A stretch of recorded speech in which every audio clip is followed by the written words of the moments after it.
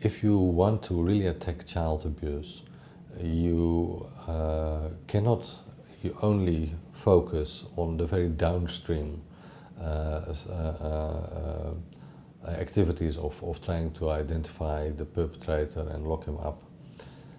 The perpetrator, in a very large number of cases, have been abused themselves.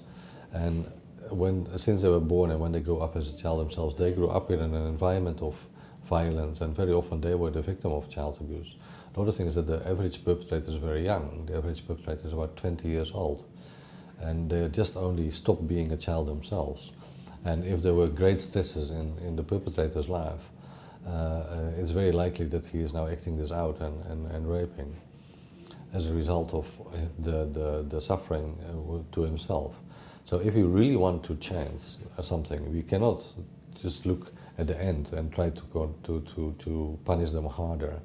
We must really look at the causes of why people rape and what terrible things happened in these guys' lives that they actually end up taking babies and raping them. Because there's a very strong correlation between perpetrators and victims. And several studies indicate that up to 97% of the people who are perpetrators of child sexual abuse were victims themselves, and the same accounts for physical abuse.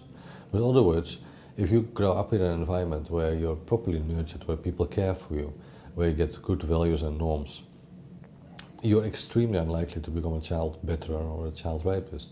However, if you grow up in an environment where your father comes home drunk and he beats up your mum and he sleeps with your sisters and with the neighbor, and you all see that, then you're very prone to a similar behavior.